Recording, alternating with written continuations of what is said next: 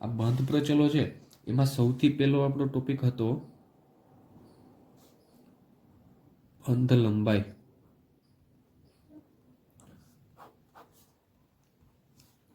બંધ લંબાઈ કોને કહેવાય? તો કે જે બંધ બનતો હોય, જે બે અણુઓ વચ્ચે કે અથવા તો પરમાણુ વચ્ચે જે બંધ બનતો હોય એ બંને પરમાણુ કે જે અણુ હોય એના સેન્ટર એટલે કે એના કેન્દ્રો વચ્ચેનું અંતર એને શું કહેવાય? બંધ લંબાઈ. એટલે કે માની લો આ એક પરમાણુ છે ને આ બીજો પરમાણુ, આ બંને વચ્ચે બંધ બને ત્યારે આ બંને કેન્દ્રો વચ્ચે બંધ બનતો હોય તો આ જે લંબાઈ છે આને શું કહેવાય? બંધ લંબાઈ. બંધ લંબાઈમાં આપણે જોયું હતું કે ભાઈ જેમ પરમાણુ એનું કદ છે એ નાનું હશે તેમ બંધ લંબાઈ નાની થશે, અને જેમ એનું કદ વધશે તેમ બંધ લંબાઈ છે એ વધતી જશે. અને બીજું કે જ્યારે બંધની સંખ્યામાં વધારો થાય, બંધની સંખ્યામાં વધારો થાય એટલે સિંગલ બોન્ડ હોય, ડબલ બોન્ડ હોય, ટ્રિપલ બોન્ડ હોય, એટલે આમ જેમ બંધ છે એની સંખ્યા વધતી જશે. આ સિંગલ બોન્ડ હોય તો એની સાઇઝ મોટી હશે. જો ડબલ બોન્ડ હશે તો અહીંયા માની લ્યો બે બંધ હોય તો આ બે પરમાણુ વચ્ચેનું આકર્ષણ બળ છે એ વધી જાય. હવે આકર્ષણ બળ વધે તો વધારે નજીક આવી જશે, વધારે નજીક આવી જાય આ બંધ લંબાઈ એની ઘટી જશે. ત્રણ બંધ હોય તો એનાથી પણ વધારે આકર્ષણ થઈ જશે, તો વધારે આકર્ષણ બળ હોય તો વધારે નજીક આવી જશે, એટલે બંધ લંબાઈ સાવ ઓછી થઈ જશે. તો સૌથી મોટો બંધ સિંગલ બંધ થશે, ત્યારબાદ ડબલ બોન્ડ અને પછી છેલ્લે ટ્રિપલ બોન્ડ. એટલે આ એનો બોન્ડ ઓર્ડર હતો કે કઈ રીતે બંધ છે, બંધ લંબાઈ એ વધે છે કે ઘટે છે. હવે ત્યારબાદ બીજું આપણે જોયું હતું કે જેવો બંધ હશે તેવી જ એની ત્રિજ્યા હોય. બંધ જેવો હશે તેવી જ શું હશે? એની ત્રિજ્યા.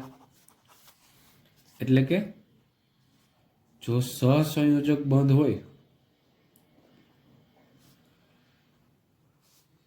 તો એની ત્રિજ્યા કેવી હશે? સહસંયોજક ત્રિજ્યા હશે. એવી જ રીતે જો આયોનિક બંધ હશે તો એની ત્રિજ્યા આયનીય ત્રિજ્યા. પછી જો ધાત્વિક બંધ હશે તો એની ત્રિજ્યા કેવી થશે? ધાત્વિક ત્રિજ્યા. એટલે આવી રીતે જેવો બંધ હશે એવી જ એની ત્રિજ્યા હશે. અને ત્યારબાદ આવે છે વાન ડર વાલ્સ ત્રિજ્યા પણ આવે છે. એ પણ આપણે જોયું હતું કે વાન ડર વાલ્સ ત્રિજ્યા હશે એ સહસંયોજક ત્રિજ્યા કરતાં કેવી હશે? મોટી હશે. વાન ડર વાલ્સ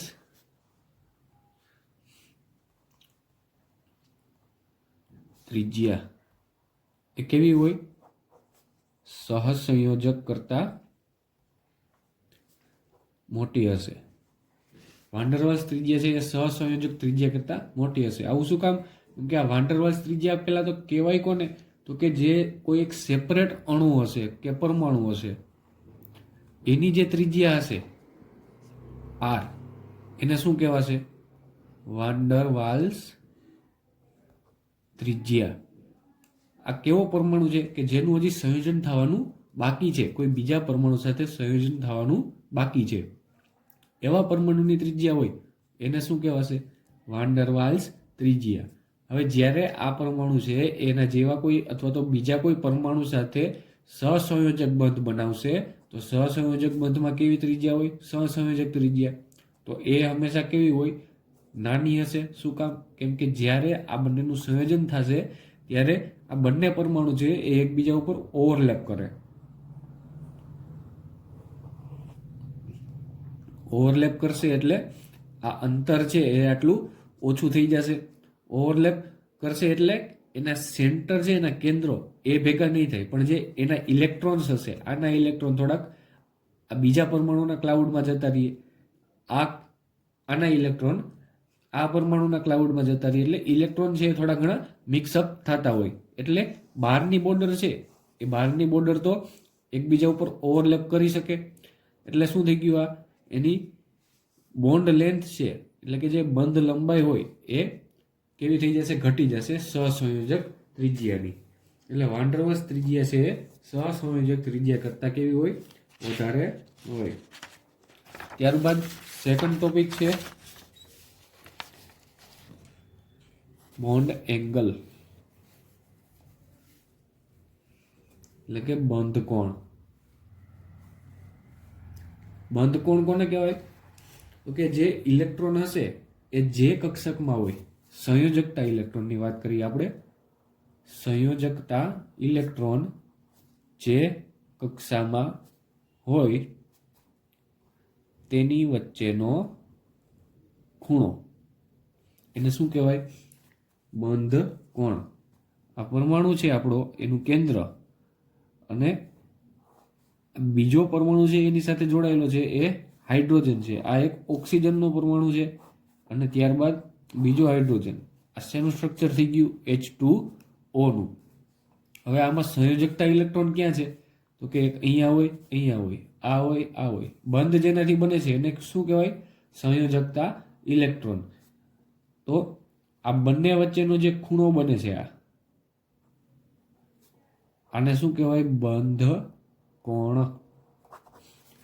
એટલે આ બંધ કોણ વિશે વાત થઈ ગઈ. આમાં શું છે? તો કે જે સંયોજકતા ઇલેક્ટ્રોન હશે, બંધ બનાવતા જે સંયોજકતા ઇલેક્ટ્રોન હોય એ જે કક્ષામાં રહેલા હોય, એ કક્ષા હોય એ બંને વચ્ચેનો ખૂણો એને શું કહેવાય? બંધ કોણ કહેવાય.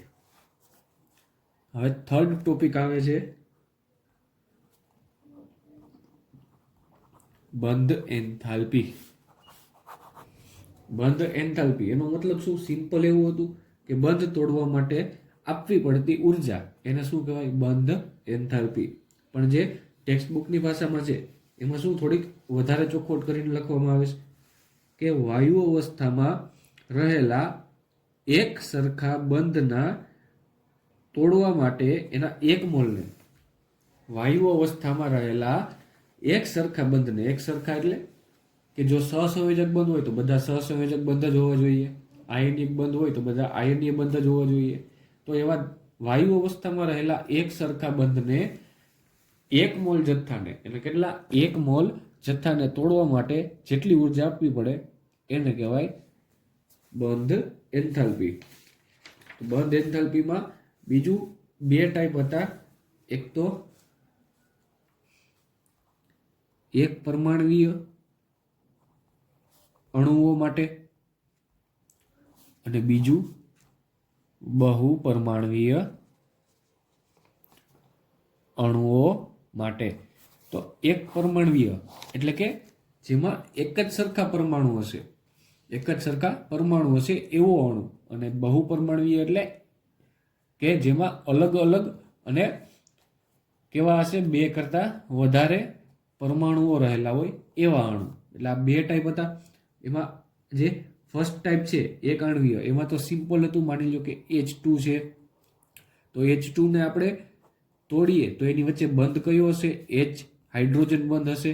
આ બંધ છે એને તોડીએ આપણે તો કેટલી ઉર્જા આપવી પડે? 435.8 કિલો જૂલ પર મોલ.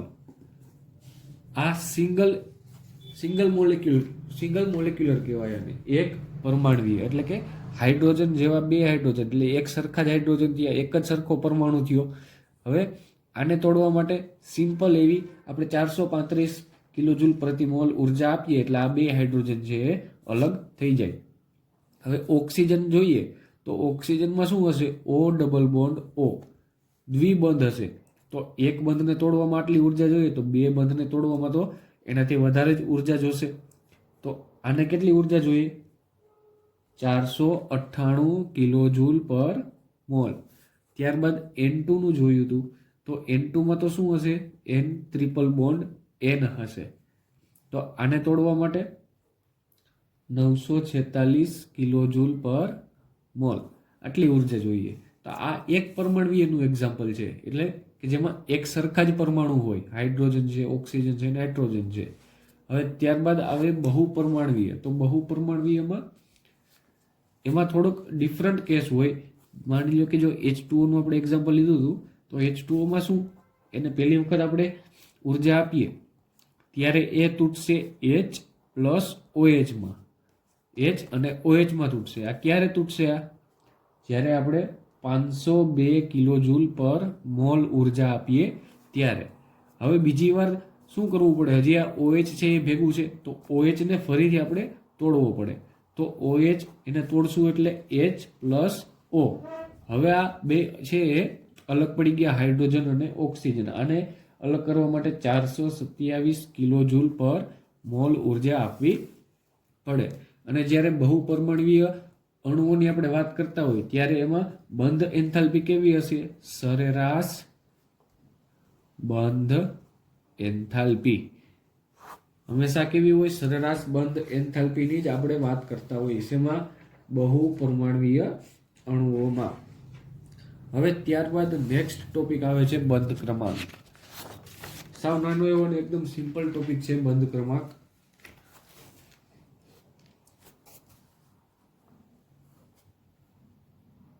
બંધ ક્રમાંક એટલે કે બોન્ડ ઓર્ડર.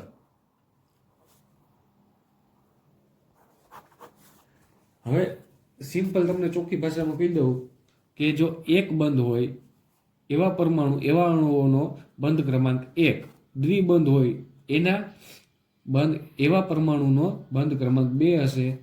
જેમાં ટ્રિપલ બોન્ડ હશે એવા અણુઓનો બંધ ક્રમાંક 3 હશે. એટલે કે H આ H2 છે હાઇડ્રોજન, એની વચ્ચે સિંગલ બોન્ડ હોય તો આનો બંધ ક્રમાંક કેટલો થશે? 1. ઓક્સિજન લઈ લઈએ, O double bond O O2, આમાં દ્વિબંધ છે તો આનો બંધ ક્રમાંક કેટલો હશે? 2 હશે. ત્યારબાદ N2 લઈ લઈએ એટલે કે N ટ્રિપલ બોન્ડ N, તો આમાં બંધ ક્રમાંક કેટલો થશે? 3 થશે. એટલે સાવ સિમ્પલ જ છે. 2 પરમાણુ હોય એની વચ્ચે જેટલા બંધ હોય એને શું કહેવાય? બંધ ક્રમાંક. 2 પરમાણુ વચ્ચેના બંધની સંખ્યાને બંધ ક્રમાંક કહે છે. 2 પરમાણુ વચ્ચેના બંધની સંખ્યાને શું કહેવાય? બંધ ક્રમાંક કહે છે. તો આ વાત થઈ ગઈ બંધ ક્રમાંકની. હવે આમાં પણ જો સમ ઇલેક્ટ્રોનીય અણુ હોય, સમ ઇલેક્ટ્રોનીય અણુ એટલે કે જેમાં ઇલેક્ટ્રોન છે એની સંખ્યા કેવી હોય? સરખી હોય, એને કહેવાય સમ ઇલેક્ટ્રોનીય સ્પીસીસ. સમ ઇલેક્ટ્રોનીય અણુ. સમ ઇલેક્ટ્રોનીય અણુ કોને કહેવાય? તો કે જેમાં સમ એટલે કે સરખા, ઇલેક્ટ્રોન એટલે કે ઇલેક્ટ્રોન હોય એવા અણુ. તો એમાં શું થાય છે કે એમાં બંનેમાં બંધ ક્રમાંક છે બધાનો કેવો હોય? સરખો હોય. જેમ કે એક્ઝામ્પલ આપું તમને તો F2 અને O2 -2 આ બંને છે એ સમ ઇલેક્ટ્રોનીય સ્પીસીસ કહેવાય અને સમ ઇલેક્ટ્રોનીય અણુઓ. આ બંનેમાં ઇલેક્ટ્રોનની સંખ્યા હોય ને એ સરખી હોય. એટલે આમાં કેવો બંધ આવશે? F ફ્લોરિન વચ્ચે સિંગલ બોન્ડ આવશે, પણ ઓક્સિજન હોય ખાલી O2 તો એમાં ડબલ બોન્ડ આવતો હતો. પણ અહીંયા શું છે? -2 એટલે કે 2 ઇલેક્ટ્રોન એમાંથી નીકળી ગયા છે. 2 ઇલેક્ટ્રોન એમાંથી નીકળી જાય એટલે શું થશે? O ને O અને ઉપર -2 એટલે આમાં શું થઈ જશે? આ સિંગલ બોન્ડ. આ બંને સમ ઇલેક્ટ્રોનીય સ્પીસીસ છે. એમાં 2 ઇલેક્ટ્રોન એક્સ્ટ્રા હશે. એક્સ્ટ્રા હોય એટલે -2 આવશે. એટલે આ બંને કેવા થઈ જશે? સમ ઇલેક્ટ્રોનીય સ્પીસીસ. અને બીજી વસ્તુ એ કે જેમ જેમ આમાં બંધ ક્રમાંક છે એ વધતો જશે. એટલે કે બંધ ક્રમાંક ક્યારે વધે? તો કે સિંગલ બંધ, ડબલ બોન્ડ, પછી ટ્રિપલ બોન્ડ. એમ જેમ જેમ બંધ ક્રમાંક છે એ વધતો જશે તેમ તેમ શું થતું જાય? બંધ લંબાઈ ઘટતી જશે. બંધ ક્રમાંક જેમ જેમ વધતો જાય તેમ શું થતું જાય? બંધ લંબાઈ ઘટતી જાય. એટલે કે સિંગલ બોન્ડ, પછી ડબલ બોન્ડ, પછી ટ્રિપલ બોન્ડ. આ તો આપણે આગળ પણ જોઈ ગયા કે આમ જેમ જાતા જઈએ બંધની સંખ્યા વધતી જશે, બંધ લંબાઈ કેવી થતી જશે? ઘટતી જશે. તો બંધની સંખ્યા વધતી જાય એમ કહું કે બંધ ક્રમાંક વધતો જાય એમ કહું. બંને વાત કેવી છે? સરખી જ છે. તો એમાં શું થાય છે?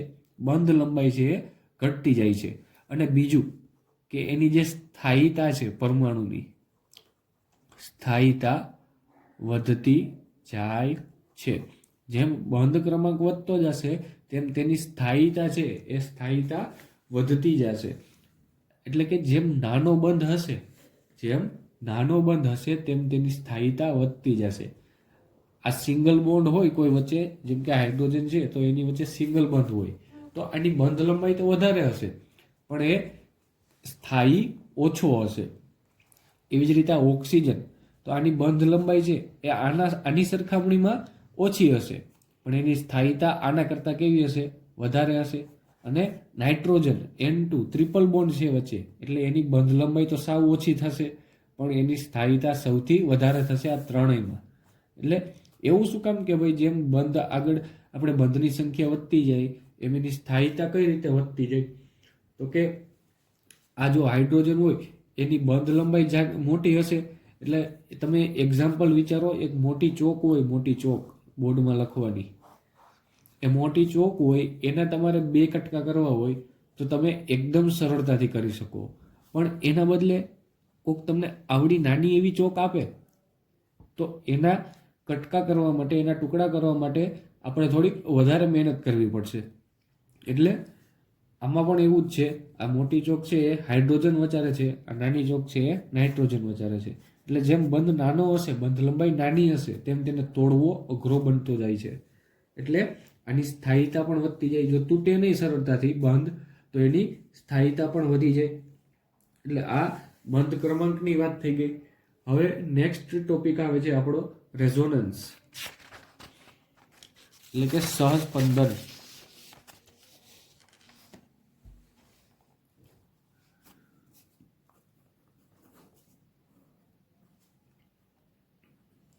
સહસ્પંદન રચના,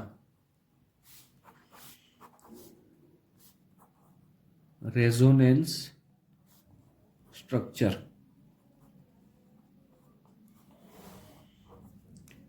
હવે સહસ્પંદન રચના એ આપણે આગળ જોયું હતું લુઈસ બંધારણમાં. લુઈસ બંધારણમાં તમને યાદ હોય તો અમુક એવા બંધારણ આવતા હતા આપણી પાસે કે જેમાં એક કરતાં વધારે લુઈસ સ્ટ્રક્ચર બનતા હતા. હવે એ શું કામ બનતા હતા? તો કે આ જે સહસ્પંદન હોય એના લીધે. કઈ રીતે? તો કે એક્ઝામ્પલમાં તમને O3 આપ્યું હતું મેં તમને, O3 ઓઝોન. O3 ને શું કહેવાય? ઓઝોન. આમાં શું થાય તો કે 2 કે 3 અલગ અલગ સ્ટ્રક્ચર બનતા હતા, લુઈસ સ્ટ્રક્ચર. કેટલા હતા આના? એક પોસિબલ નથી, એક કરતાં વધારે, એટલે કે 3 જેવા આના લુઈસ સ્ટ્રક્ચર છે બનતા હતા. તો સહસ્પંદન એટલે થાય શું? તો કે ઘણા બધા એવા બંધારણો હોય છે કે જેમાં એક કરતાં વધારે લુઈસ સ્ટ્રક્ચર છે એ બનતા હોય, જે પોસિબલ હોય છે. જેમ કે ઓઝોન છે એનું એક્ઝામ્પલ આપું તમને તો ઓક્સિજન, એક ઓક્સિજન અને એક ઓક્સિજન છે એમાંથી એ કેવો હશે? ડબલ બોન્ડેડ હશે. બાકી લોન પેર એટલે કે અબંધકારક ઇલેક્ટ્રોન જે હોય એ આપી દઈએ.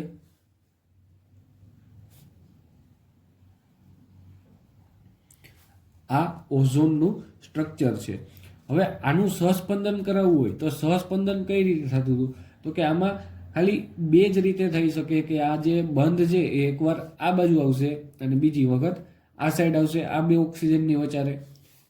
અને જે આપણે સહસ્પંદનની રચના જે કરતા હોઈએ ત્યારે 2 રચનાઓ વચ્ચે આવો ડબલ શીર્ષક વાળો તીર છે એનો ઉપયોગ થાય છે.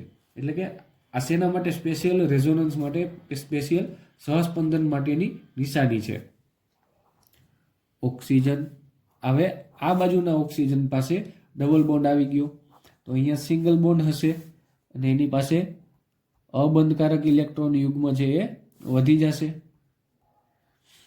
હવે તમને એ તો ખ્યાલ હશે કે ભાઈ આ ટપકા છે લોન પેર એટલે કે અબંધકારક ઇલેક્ટ્રોન કે જેણે બંધ બનાવવામાં ભાગ લીધો નથી એવા ટપકા છે એ કેટલા મૂકવા એ તો ખ્યાલ હશે તમને. જો ના ખ્યાલ હોય તો કહી દઉં કે એના માટેનું એક સિમ્પલ એવું સૂત્ર તમને આપી દઉં. Bond pair plus lone pair is equal to 4. આને તમારે ખાલી યાદ રાખવાનું છે. એટલે કોઈ પણ તમારે પરમાણુ હશે, કોઈ પણ પરમાણુ, કોઈ પણ તત્વ હશે, એમાં કેટલા ટપકા મૂકવાના તમને એક આઈડિયો આવી જશે. બોન્ડ પેર પ્લસ લોન પેર,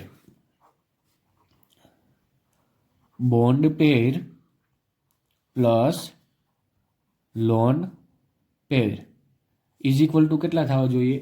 4 થવા જોઈએ. હવે આમાં બોન્ડ પેર એટલે કે બંધકારક ઇલેક્ટ્રોન એટલે કે જે બંધ હોય, બંધ જોઈ લેવાનું તમારે. જો આપણે આની વાત કરીએ આ ઓક્સિજનની, તો આ ઓક્સિજન છે એમાં બંધ કેટલા છે? 1 છે, 1 બંધ છે. પછી આપણે લોન પેર છે એને શું કરવાની છે? ગોતવાની છે. તો આ લોન પેર એમ રાખી દઈએ અને બરાબર 4. તો હવે શું કરવાનું? 1 ને જવા દો સામે. લોન પેર બરાબર 4 - 1 એટલે કેટલો જવાબ આવશે? 3. તો આ ઓક્સિજન પાસે કેટલી લોન પેર હોવી જોઈએ? 3 હોવી જોઈએ. એટલે આ 1, આ 2 અને આ 3 થઈ ગઈ 3 લોન પેર. હવે આ ઉપરનો ઓક્સિજન છે એના વિશે જોઈએ. તો આની પાસે બંધ કેટલા છે? પેલા શું છે? બોન્ડ પેર પ્લસ લોન પેર એટલે બંધ જોવાના. પહેલા કેટલા બંધ બનાવે છે આ ઓક્સિજન? 1, 2 અને 3. તો 3 બંધ બનાવ્યા અને પ્લસ લોન પેર આપણે ગોતવાની છે અને ઇઝ ઇક્વલ ટુ કેટલા હોય? 4 હોય. તો lone pair is equal to 4 - 3. તો લોન પેર આમાં કેટલી આવશે? 1 લોન પેર આવશે. તો આપણે 1 જ લખી છે, બરોબર છે. આ ઓક્સિજનમાં જોઈએ તો આ કેટલા બંધ બનાવે છે? 1 અને 2 બંધ બનાવે. તો 2 plus lone pair is equal to 4. આ 4 છે એમને રાખવાના આપણે. લોન પેર બરાબર 4 - 2 એટલે કેટલા? 2 આવ્યા. તો આની પાસે 2 લોન પેર હોવી જોઈએ. આ 1 અને આ 2. એટલે આવી રીતે આપણે લોન પેર છે એને કાઉન્ટ કરી શકીએ. આ શોર્ટ ટ્રિકમાં એક સૂત્ર મેં તમને આપી દીધું કે કઈ રીતે આપણે લોન પેર છે એને ગણવી. તો આ વાત થઈ ગઈ ઓઝોનના સહસ્પંદનની. તો સહસ્પંદનમાં એક તો આ નિશાની તમારે યાદ રાખવાની છે કે જ્યારે સહસ્પંદનની રચના થતી હોય ત્યારે આવો તીર છે એ તીર વડે આપણે એને દર્શાવીએ છીએ. અને બીજું કે જે આ 2 સ્ટ્રક્ચર તમને બતાવ્યા મેં, આ 2 સ્ટ્રક્ચરમાંથી જો આપણે રિયાલિટીની વાત કરીએ તો રિયાલિટીમાં આ બંને સ્ટ્રક્ચર હાજર હોતા નથી. એટલે કે આ જસ્ટ એક કાલ્પનિક સ્ટ્રક્ચર છે ઓઝોનનું. ઓઝોનનું ખરેખર સ્ટ્રક્ચર કેવું હોય? આ ડબલ બોન્ડ એકવાર અહીંયા લખો, એકવાર અહીંયા લખો. એનો મિનિંગ શું થાય? તો કે આ જે બંધના ઇલેક્ટ્રોન છે ને એ ઇલેક્ટ્રોન ઘડીક અહીંયા આવે છે, ઘડીક અહીંયા આવે છે, એવી રીતે હરતા ફરતા રહીએ છે, એક જગ્યાએ બેઠા નથી રહેતા. એટલે એને જ કહેવાય રેઝોનન્સ. એટલે જો ઇલેક્ટ્રોન છે એક જગ્યાએ બેઠેલા હોય તો એમાં કંઈ રેઝોનન્સ થતું ના હોય. પણ જો ઇલેક્ટ્રોન છે એ મૂવમેન્ટ કરતા હોય એટલે કે એક જગ્યાએથી બીજી જગ્યાએ જતા હોય તો એને શું કહેવાય? સહસ્પંદન કહેવાય. હવે આમાં આનું જો ફાઇનલ સ્ટ્રક્ચર એટલે કે જે રિયાલિટીમાં પ્રેઝન્ટ હોય એવું સ્ટ્રક્ચર છે ઓઝોનનું, એ કંઈક આવું હોય. અને આ જે ઉપરનો બંધ છે એ ખરેખર આવી રીતે હોય, તૂટક લાઈનથી. આ રેઝોનન્સમાં જોયો ખાલી, તમે એમનું સ્ટ્રક્ચર દોરતા હોય તો એ નહીં. આવું શું કામ હોય? આનો મિનિંગ શું થાય? તૂટક લાઈનથી આપણે જે બંધ બનાવ્યો છે એનો મિનિંગ શું થાય? તો કે ભાઈ આ જે બંધ છે એ થોડી વાર માટે અહીંયા હોય, થોડી વાર માટે અહીંયા પાછો જતો રહીએ, પછી વળી પાછો અહીંયા આવે. એટલે હરતો ફરતો હોય છે, મૂવમેન્ટમાં હોય છે, એક જગ્યાએ સ્ટેબલ હોતો નથી. આને શું કહેવાય? રેઝોનન્સ કહેવાય. અને બીજું કે જે આ સ્ટ્રક્ચર છે આ પ્રાયોગિક રીતે મેળવેલું છે, પ્રાયોગિક રીતે મેળવેલ. અને આ જે ફાઇનલ સ્ટ્રક્ચર બનતું હોય કે જે રિયાલિટીમાં હોય છે, આ કોઈ અસ્તિત્વ હોતું નથી આનું, આ કાલ્પનિક હોય છે. આ બે જે સ્ટ્રક્ચર બન્યા છે કે અહીંયા એકવાર ડબલ બોન્ડ આપ્યો આપણે, બીજી વાર આ બે ઓક્સિજન વચ્ચે ડબલ બોન્ડ આપ્યો, આ જસ્ટ કાલ્પનિક છે. અને આ રિયાલિટીમાં પ્રાયોગિક રીતે મેળવેલું છે. અને આને બીજું સંકર કહેવાય, સસ્પંદન સંકર. સંકર એટલે હાઇબ્રિડ, શંકર બાપા નહીં.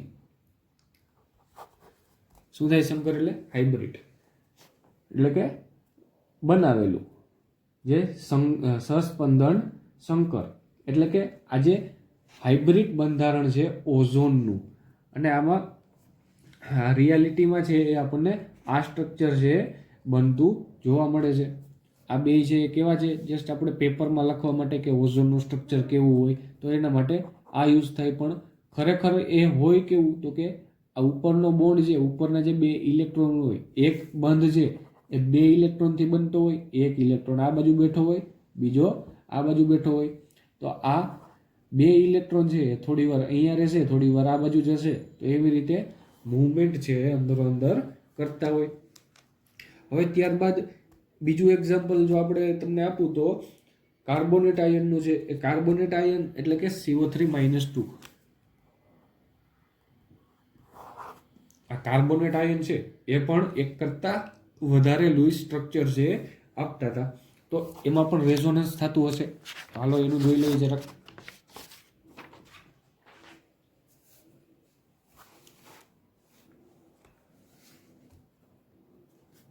CO3-2 અને શું કહેવાય? Carbonate ion. હવે આમાં લૂઇસ સ્ટ્રક્ચર કેવું કઈ રીતે હતું? તો કે કાર્બોનેટમાં એક કાર્બન છે અને 3 ઓક્સિજન છે. એક કાર્બન અને 3 ઓક્સિજન. એમાં કોઈ એક ઓક્સિજન સાથે ડબલ બોન્ડ હોય, તો આ એક ઓક્સિજન સાથે આપણે ડબલ બોન્ડ જોડી દીધો, અને આની ઉપર -2 ચાર્જ આવે. હવે આનું રેઝોનન્સ સિમ્પલ જ છે ભાઈ. આ ઓક્સિજન પાસે એકવાર ડબલ બોન્ડ આવે તો બીજી વાર આ ઓક્સિજન પાસે આવે, ત્રીજી વાર આ ઓક્સિજન પાસે આવે, એટલે ટોટલ 3 સ્ટ્રક્ચર છે એ પોસિબલ બનશે. અહીંયા ડબલ બોન્ડ O -2, અને પછી આ ત્રીજા ઓક્સિજન પાસે ડબલ બોન્ડ આવશે, તો આ બે ઓક્સિજન એમણે બેઠા, અહીંયા ડબલ બોન્ડ O અને -2. હવે હજી લોન પેર બાકી છે આમાં મૂકવાની. તો લોન પેરમાં તો હવે તમને ખ્યાલ જ છે, બોન્ડ પેર પ્લસ લોન પેર. આ ઓક્સિજન પાસે કેટલી લોન પેર હશે? તો કે અહીંયા એક જ બંધ છે તો લોન પેર કેટલી હોય? 3 હોય. 1, 2 અને 3. અહીંયા પણ એક બંધ છે તો 3 લોન પેર. ટોટલ કેટલું આવવું જોઈએ? 4. એટલે ટોટલ 4 થઈ ગયા. જો આ 3 લોન પેર અને એક બંધ એટલે ટોટલ 4. 3 લોન પેર, એક બંધ એટલે 4. હવે અહીંયા 2 બંધ છે તો લોન પેર કેટલી આવે? 2. હવે અહીંયા એક બંધ છે તો 3 લોન પેર, અહીંયા પણ 3 લોન પેર, અહીંયા ડબલ બોન્ડ છે એટલે 2 લોન પેર જ આવશે.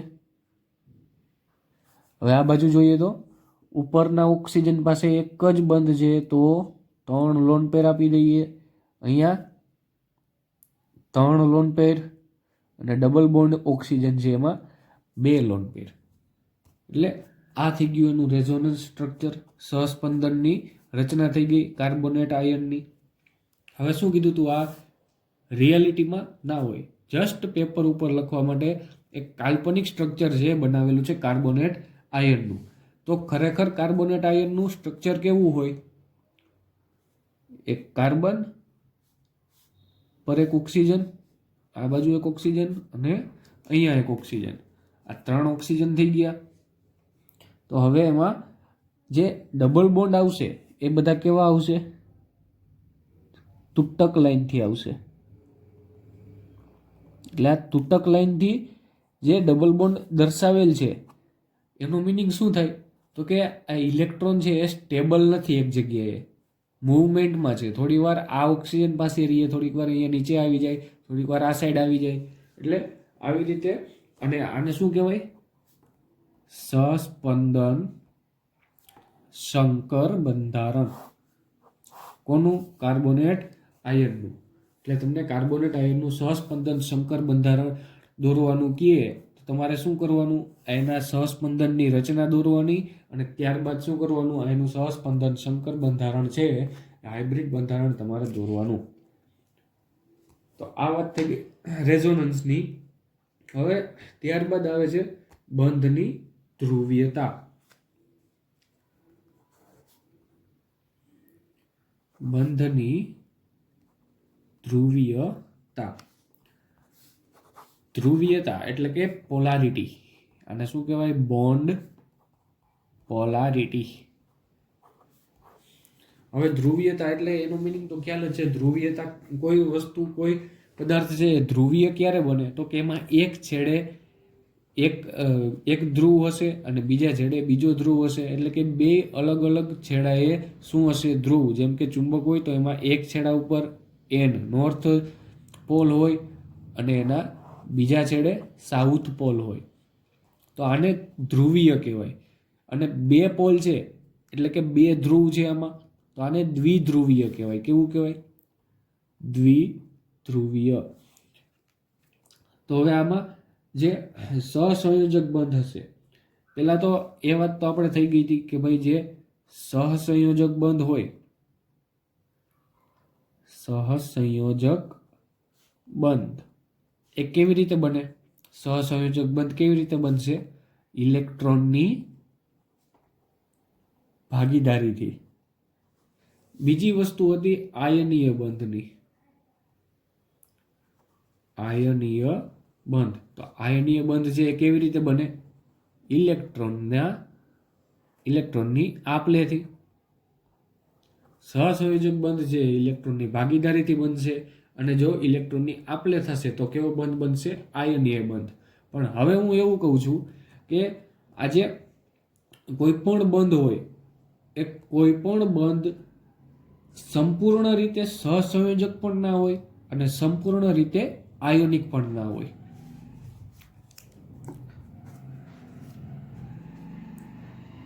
કોઈ પણ બંધ સંપૂર્ણ રીતે સહસંયોજક કે આયનીય હોતો નથી. હવે આ શું વળી નવું આવ્યું કે કોઈ પણ બંધ હોય એ સંપૂર્ણ સહસંયોજક પણ નથી હોતો અને સંપૂર્ણ આયનિક પણ નથી હોતો.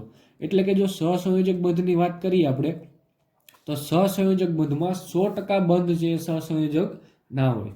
એમાં થોડા ઘણા લક્ષણો કોના હોય? આયોનિક બંધના. અને આયોનિક બંધ છે એ સંપૂર્ણ આયોનિક ના હોય. એમાં થોડા ઘણા લક્ષણો કોના હશે? સહસંયોજક બંધના. એટલે કોઈ ડાયો વ્યક્તિ હોય તો એમાં બધા જ એવા ગુણ ના હોય કે સાવ 100% ડાયો હોય, ક્યાંક જગ્યાએ વાયડાઈ પણ કરતો હોય. એટલે 100% સહસંયોજક બંધ ના હોય, 100% આયોનિક બંધ ના હોય. જો સહસંયોજક બંધ હશે તો એમાં આયોનિક બંધ છે એની લાક્ષણિકતા હશે, અને જો આયોનિક બંધ હશે તો એમાં સહસંયોજક બંધની થોડી ઘણી લાક્ષણિકતા હશે. હવે એ આપણને કેવી રીતે ખબર પડે કે ભાઈ કેટલી લાક્ષણિકતા કોની છે એ? તો એના માટે એક નિયમ છે ફજાન્સ રૂલનો, એટલે કે ફાજાનનો નિયમ. આ નિયમ છે એના ઉપરથી દર વર્ષે ક્વેશ્ચન 100% આવે ને આવે જ છે કે ભાઈ કોઈ તમને પરમાણુ કે અણુ આપી દઈએ, એમાં તમને પૂછે કે આમાં કેટલા પર્સન્ટેજ સહસંયોજકની લાક્ષણિકતા છે અને કેટલા પર્સન્ટેજ આયોનિકની લાક્ષણિકતા છે, અને એવા ઘણા બધા પ્રશ્નો છે ફાજાન્સ રૂલમાંથી બને છે. અને એનસીઆરટીમાં જ નહીં પણ જી નીટમાં પણ આના ઘણા બધા ક્વેશ્ચન છે આવી ગયેલા છે. તો પહેલાં આપણે ધ્રુવીયતાની તો વાત કરીએ, ત્યાં તો હજી વાર છે પહોંચવાની. તો આ જે બંધની ધ્રુવીયતા છે એ ધ્રુવીયતા કઈ રીતે બને છે એ તમને કહી દો.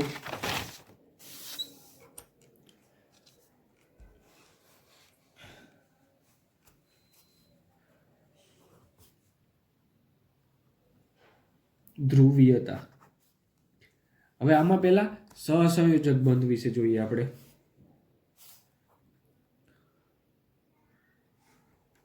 સહસંયોજક બંધ. તો સહસંયોજક બંધ જો આમાં તમને એક એક્ઝામ્પલ આપીને સમજાવું. હવે આપણે જો માની લો કે આ કોઈ બે વ્યક્તિ છે, એક્સ અને વાય. આ બે વ્યક્તિ છે એક્સ અને વાય. હવે આ એક્સ અને વાય છે એના પપ્પા છે ઝેડ. આ બે ભાઈઓ છે એક્સ અને વાય, એના પપ્પા કોણ? ઝેડ. તો આ ઝેડ છે એના પપ્પા, એ બેયને 10 રૂપિયા આપે છે વાપરવા માટે.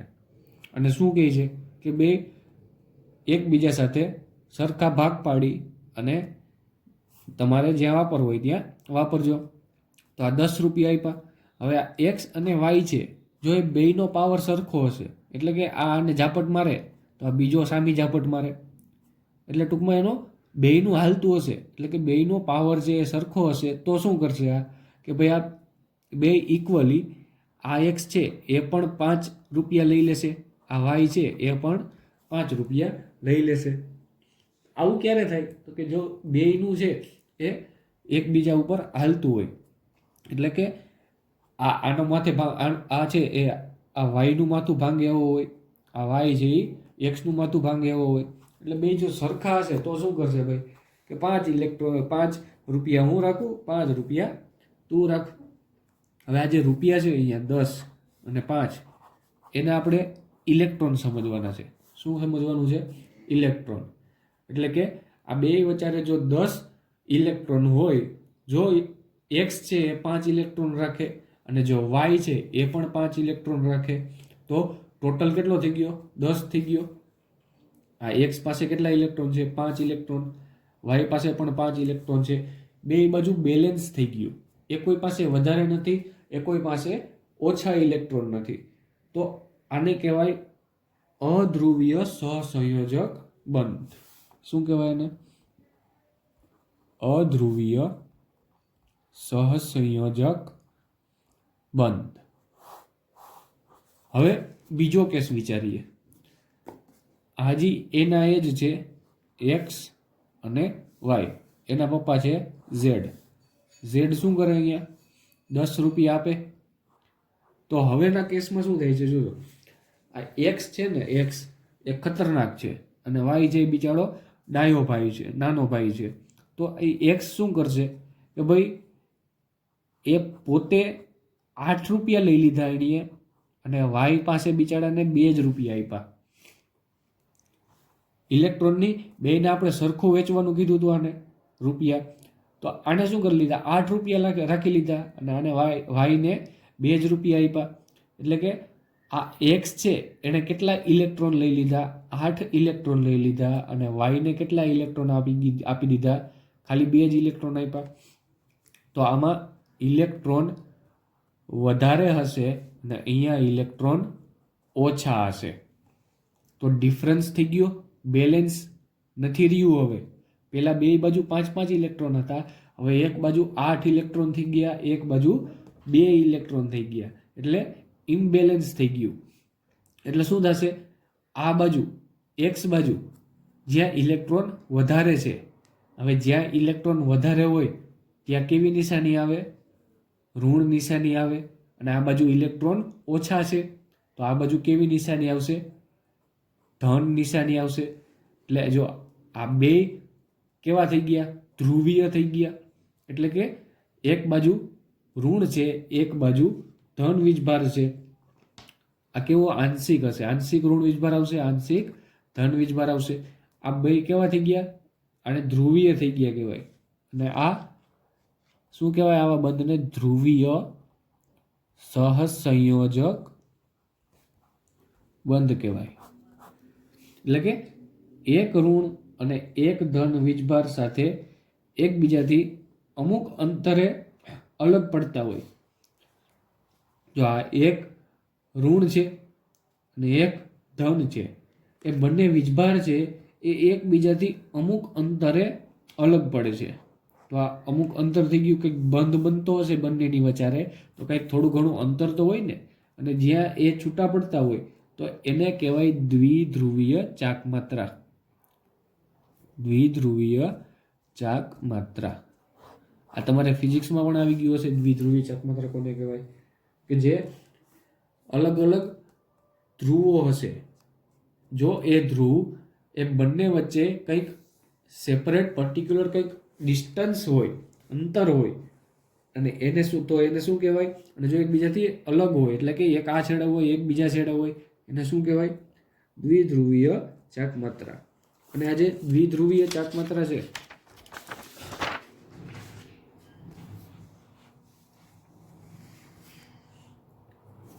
દ્વિધ્રુવ ચાકમાત્રા એને દર્શાવવામાં આવે છે મ્યુ વડે. મ્યુ વડે એને દર્શાવવા શું છે? એની સંજ્ઞા છે.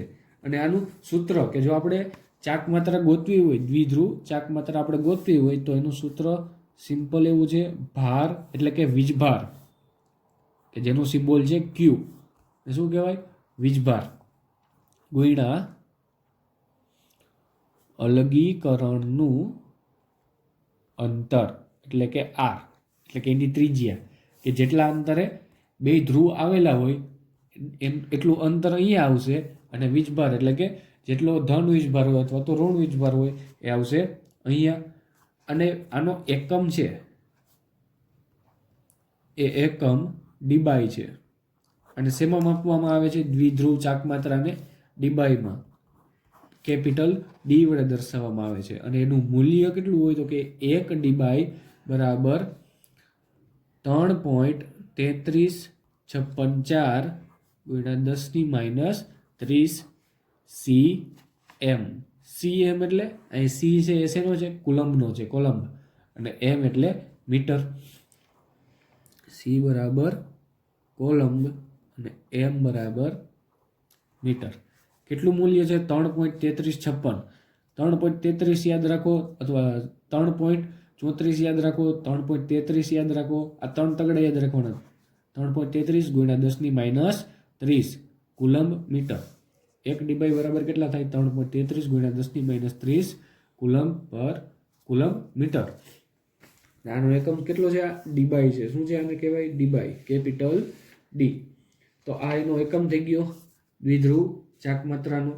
હવે બીજું કે આ જે દ્વિધ્રુવ ચાકમાત્રા છે એ એક વેક્ટર ક્વોન્ટિટી છે. દ્વિધ્રુવ ચાકમાત્રા એ સદિશ રાશિ છે. વેક્ટર ક્વોન્ટિટી એટલે કે સદિશ રાશિ છે કે જેમાં દિશા છે એનું મહત્વ હોય છે. હવે એ કઈ રીતે થાય છે તો કે દ્વિધ્રુવ એટલે કે જે ધ્રુવ હોય એમાં દિશાનું મહત્વ શું કામ હોય તો કે આપણને એ તો ખ્યાલ હોવી જોઈએ ને કે કઈ બાજુ વધારે વીજભાર છે, કઈ બાજુ ઓછો વીજભાર છે. તો હંમેશા આ જે વીજભાર છે એ ગતિ કઈ બાજુ કરતો હોય તો કે જ્યાં વધારે વીજભાર હોય ત્યાંથી ઓછા વીજભાર તરફ જ જતો હોય. તો એટલા માટે આમાં દિશાની જરૂર પડતી હોય. એટલે કે આ સદિશ રાશિ છે. અને આને ડિનોટ કઈ રીતે કરીએ છીએ આપણે? આવા ક્રોસવાળા તીર વડે.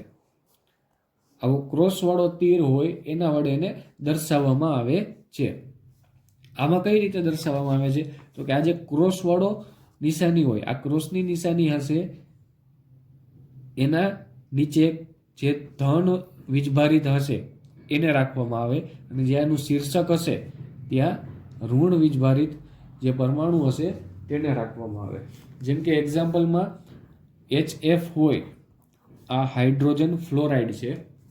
તો હાઇડ્રોજન ફ્લોરાઇડમાં હાઇડ્રોજન કેવો હશે? ધન હશે. ફ્લોરિન કેવો હશે? ઋણ હશે. તો આમાં તીર કઈ રીતે આવશે? આવી રીતે.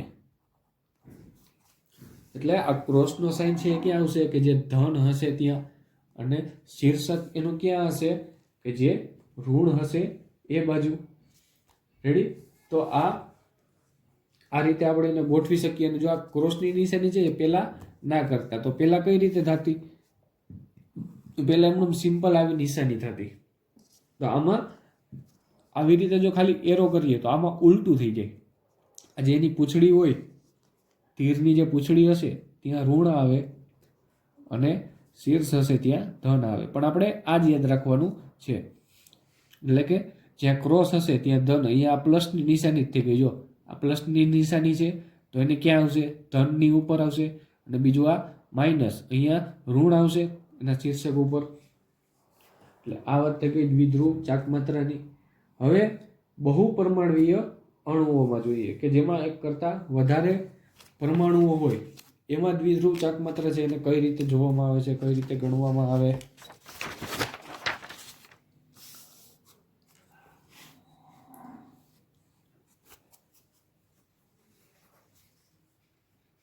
બહુ પરમાણવીય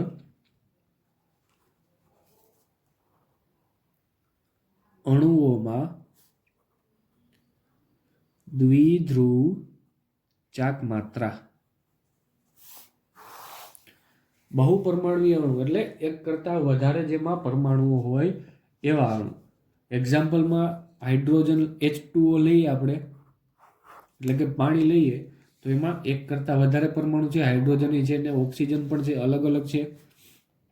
તો આમાં શું થાય? જો આનું સ્ટ્રક્ચર કંઈક આવું હશે: હાઇડ્રોજન, ઓક્સિજન અને હાઇડ્રોજન. આ H2O નું મોલેક્યુલ થઈ ગયો. હવે આમાં શું થતું હોય? આના ચાકમાત્રામાં કઈ રીતે હોય? જો આ હાઇડ્રોજન છે એ કેવો હશે? આંશિક ધન વીજભારિત હશે, અને આ ઓક્સિજન છે એ આંશિક ઋણ વીજભારિત હોય. તો આમાં તીર છે એ કઈ રીતે આવે? તો તીર આવી રીતે આવશે. અહીંયા હાઇડ્રોજન ઉપર પ્લસ આવશે, ક્રોસની નિશાની આવશે, અને શીર્ષ એનું ક્યાં જશે? ઓક્સિજન બાજુ. અહીંયા આ બંધ ઉપર પણ એવી જ રીતે થશે. હાઇડ્રોજન ઉપર તીરમાં એની પૂંછડી આવશે, જે ક્રોસની નિશાની છે તે, અને શીર્ષ એનું ક્યાં જશે? ઓક્સિજન તરફ. એટલે આનો મિનિંગ શું થાય? તો કે આ જે તીરની દિશા છે એ શું બતાવે છે? કે ઇલેક્ટ્રોન છે એ આ બાજુથી ઓક્સિજન બાજુ જાય છે, હાઇડ્રોજન બાજુથી ઇલેક્ટ્રોન છે એ ઓક્સિજન બાજુ જાય છે. તો આમાં જે આપણે નેટ દ્વિધ્રુવ ચાકમાત્રા જોતા હોય, એટલે કે ચોખ્ખી દ્વિધ્રુવ ચાકમાત્રા, એની દિશા જો આપણે જોઈ હોય તો એ કઈ બાજુ થશે? આવી રીતે થશે. શું કામ? કેમ કે તમે ઇમેજિન કરો કે આ બે ઇલેક્ટ્રોન છે, બે હાઇડ્રોજન પાસેથી જો ઇલેક્ટ્રોન આવતા હોય અને આવી રીતે આમ ભટકાય ઓક્સિજન પાસે, અને તો પછી ક્યાં જાય? આવી રીતે આમ સીધા જ જાય. એટલે આવી રીતે શું થઈ જાય છે? આ એની ચોખ્ખી દ્વિધ્રુવ ચાકમાત્રા. ચોખ્ખી દ્વિધ્રુવ ચાકમાત્રા, અને એ કેટલી હશે? 1.85 ડી, 1.85 ડી/. હવે આ બીજું કે જે આને ગણવી હોય, આપણે કેલ્ક્યુલેશન કરીએ તો એને 1.85 ગુણ્યા 1 ડી/, બરાબર કેટલા થાય? 3.33 ગુણ્યા 10⁻³ કુલમ્બ મીટર. તો આનો આન્સર આવે 6.17 ગુણ્યા 10⁻³ કુલમ્બ મીટર. તો આ શું થઈ ગયું? એની ચોખ્ખી દ્વિધ્રુવ ચાકમાત્રા, અને એ પણ શેમાં? કુલમ્બ મીટરમાં. તો આ H2O નું એક્ઝામ્પલ આપ્યું. હવે આવી રીતે આપણે ઇમેજિન કરવાનું કે ઇલેક્ટ્રોનની દિશા કઈ બાજુથી ક્યાં જાય છે. એટલે કે આ જે ધન હશે ત્યાં એના ક્રોસની નિશાની આવશે તીરની, અને જ્યાં જતા હશે ઇલેક્ટ્રોન તે કેવું હશે? એનું શીર્ષ હશે. એટલે આ વાત થઈ ગઈ H2O ની. હવે ત્યારબાદ બીજું એક એક્ઝામ્પલ લઈ લઈએ. બીજું એક્ઝામ્પલ BF2 નું. તો એમાં આનું સ્ટ્રક્ચર છે લિનિયર હશે, એટલે કે આવી રીતે હશે BF. એટલે કે બોરોન વચ્ચે અને બે સાઈડ શું હશે? એક ફ્લોરિન હશે. તો હવે આમાં બોરોન છે એ બોરોનની વિદ્યુત ઋણતા છે એ ફ્લોરિન કરતાં ઓછી હોય. તો આમાં ઇલેક્ટ્રોનની દિશા કઈ બાજુ થશે? આવી રીતે થશે, ફ્લોરિન બાજુ જશે ઇલેક્ટ્રોન. અહીંયા ક્રોસની નિશાની આવશે. આ બાજુના બંધમાં પણ આવી જ રીતે જશે. અહીંયા ક્રોસની નિશાની બોરોન ઉપર. તો હવે આમાં શું થાય છે? જો એક જણો આ બાજુથી ખેંચે છે, એક જણો આ બાજુથી ખેંચે છે, તો અત્યારે એની ચોખ્ખી દ્વિધ્રુવ ચાકમાત્રા છે એ કેવી હશે? 0. શું કામ? કેમ કે આ ફિઝિક્સનો નિયમ છે. એકબીજાની વિરુદ્ધ દિશામાં લાગતા બળો કેવા હોય? 0 થઈ જાય, એકબીજાને કેન્સલ આઉટ કરી નાખે. સમાન બળ ધરાવતા જે એકબીજાની વિરુદ્ધ દિશામાં જો બળ લગાડતા હોય તો એનો ચોખ્ખો જે બળ વધે એ કેવું હોય? 0 હોય. આ બોરોન છે એ આને પણ આમ પણ ના જાય, આમ પણ ના જાય, એટલે બેને એકબીજાને કેન્સલ આઉટ કરી નાખે. એટલે આની જે ચોખ્ખી દ્વિધ્રુવ ચાક માત્રા છે કેવી હશે? 0 હશે. ત્યારબાદ BF3 વિશે જોઈ લઈએ. એનું પણ એક્ઝામ્પલ લઈ દઉં તમને. BF3 એમાં શું હશે તો કે એક બોરોન હશે અને એ 3 ફ્લોરિન સાથે જોડાયેલો હશે. એ આવી રીતે હોય. એટલે આમાં પણ આ જ વસ્તુ થાય છે કે આ જે ફ્લોરિન છે આમાં બધા ફ્લોરિન બાજુ ઇલેક્ટ્રોન જશે. તો આ બધા જે ફોર્સ લાગે છે, બધા ચાક માત્રા લાગે છે, એ બધી એકબીજાને કેન્સલ આઉટ કરી નાખે છે અને આની ચોખ્ખી દ્વિધ્રુવ ચાક માત્રા કેવી થશે? 0. શું કામ? કેમ કે આ બધા જ જે ચાક માત્રામાં જે બધા એટ્રેક્શન અફેક્શન લાગે છે કે જે આ દિશામાં જતું હોય એને કોણ કેન્સલ આઉટ કરી નાખે? આ ફ્લોરિન. અને આ દિશામાં જતું હોય એને પણ આ અને આ એ બંને ફ્લોરિન છે એ કેન્સલ આઉટ, ટૂંકમાં એકબીજાને કેન્સલ આઉટ કરી નાખે એની અસર. એટલે નેટ જે આપણી ચાક માત્રા વધે છે એ કેવી થશે? 0 રહેશે. ત્યારબાદ હજી એક એક્ઝામ્પલ તમને આપી દઉં. એમાં બે એક્ઝામ્પલમાં આપણે કમ્પેરિઝન કરવાની છે. એક એક્ઝામ્પલ છે NH3 અને બીજું એક્ઝામ્પલ છે NF3. NH3 એટલે એમોનિયા અને આ NF3. તો આમાં કમ્પેરિઝનમાં કેવું છે તો કે બેનું સ્ટ્રક્ચર છે સેમ છે, એટલા માટે એનું કમ્પેરિઝન આવી છે. સેન્ટરમાં એક નાઇટ્રોજન હશે અને હાઇડ્રોજન કંઈક આવી રીતે હોય. એમાં અહીંયા એક વેજમાં હશે હાઇડ્રોજન અને એક હાઇડ્રોજન આ રીતે હશે. અને ઉપર શું હશે? નાઇટ્રોજન પાસે એક લોન પેર હોય. એવી જ રીતે સેમ ટુ સેમ આમાં પણ એનું સ્ટ્રક્ચર આવશે. ઉપર એક લોન પેર અને આ બાજુ હાઇડ્રોજનને બદલે કોણ આવશે? ફ્લોરિન આવશે. અહીંયા પણ એક ફ્લોરિન અને અહીંયા પણ એક ફ્લોરિન. તો હવે આમાં જ આપણે જોવાનું છે કે કોની દ્વિધ્રુવ ચાક માત્રા છે એ વધારે થશે. તો વધારે કોની થાય તો કે જેમાં એકબીજાને કેન્સલ આઉટ ના કરે, કોઈ એકબીજાને અસર છે એ કેન્સલ આઉટ ના થાય, તો એની દ્વિધ્રુવ ચાક માત્રા છે વધી જશે. આપણને જોતા શું લાગે કે ભાઈ અહીંયા તો હાઇડ્રોજન ગોઠવાયેલા છે અને અહીંયા ફ્લોરિન છે, તો ફ્લોરિન છે એ વધારે વિદ્યુત ઋણ છે તો વધારે ખેંચી લેશે ઇલેક્ટ્રોનને. તો આની દ્વિધ્રુવ ચાક માત્રા છે વધારે થવી જોઈએ. પણ ખરેખર એવું થતું નથી. આમાં દ્વિધ્રુવ ચાક માત્રામાં એમોનિયા છે એ વધી જાય છે. શું કામ? કેમ કે આ હાઇડ્રોજન છે એ ઇલેક્ટ્રોન આપતા હોય. એટલે આ ક્યાં જશે? આની દિશા કઈ બાજુ થશે? આવી રીતે થશે ઇલેક્ટ્રોન જવાની. આ હાઇડ્રોજન છે એમાં પણ આ રીતે જશે ઇલેક્ટ્રોન. આ હાઇડ્રોજન પાસેથી પણ આ રીતે ઇલેક્ટ્રોન જશે. તો આમાં ત્રણ બાજુથી નાઇટ્રોજન પાસે ઇલેક્ટ્રોન ગયા અને દ્વિધ્રુવ ચાક માત્રા ક્યાં વહી જશે? સીધી દિશામાં વહી જશે આ રીતે. તો આ એની દ્વિધ્રુવ ચાક માત્રા થઈ ગઈ. અને એ કેટલી હોય છે? 4.90 × 10⁻³ કુલમ મીટર હોય. 4.90 × 10⁻³ કુલમ મીટર. અને આમાં વાત કરીએ આપણે તો ફ્લોરિન શું કરે? એ વધારે વિદ્યુત ઋણ છે નાઇટ્રોજન કરતાં, તો એ આને ખેંચતા હોય છે. તો એક ફ્લોરિન આ બાજુથી ખેંચે છે, એની સામે બીજો ફ્લોરિન છે એને ઉલટી દિશામાં ખેંચે છે. એટલે એ બે તો કેન્સલ આઉટ થઈ ગયા. હવે વધ્યા આ ફ્લોરિન. તો આ ફ્લોરિન વધશે તો એ આ દિશામાં ખેંચશે, તો ઉપર આ લોન પેર છે એ ઉપરની દિશામાં ખેંચશે.